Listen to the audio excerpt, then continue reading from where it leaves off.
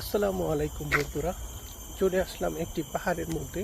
ওই জায়গাটি আমার অত্যন্ত প্রিয় একটি জায়গা। সেই জায়গায় আজকে চলে আসলাম ঘোরার জন্য। আমি সময় পেলেই এই জায়গায় আসি। এখন আমি পাহাড়ের মধ্যে আছি, খুব নীরব। এখন কয়টা বাজে? এখন 4টা, 4:30 বাজে। তো এই সময় আমি আসলাম ঘোরার জন্য, কোনো লোক নেই, আমি একা।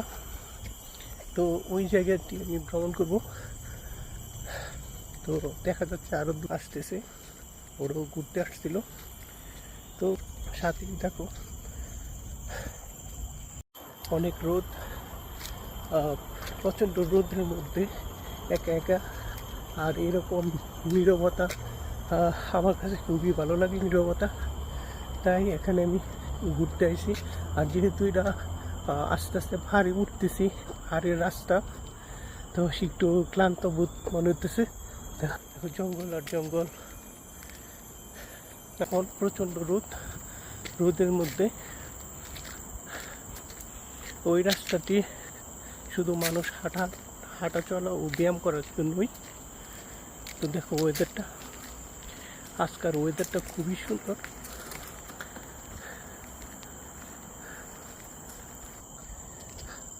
কে বন্ধুরা, সাথেই থাকো। অবশেষে কাঙ্ক্ষিত ওই জায়গায় যে আসার জন্য এত সুন্দর হাঁটতেছি, সেই জায়গায় চলে এসেছি। ওই জায়গাটি আমার কাছে অসাধারণ লাগে। আমি সময় পেলে এই জায়গায় চলে আসি। এই যে দেখো জায়গাটি, এখানে লেখা আছে ডেইরি ফার্ম নেচার পার্ক। তো আর অনেকে আছেন এই জায়গায় ঘোরার জন্য এসেছে। ভিউটা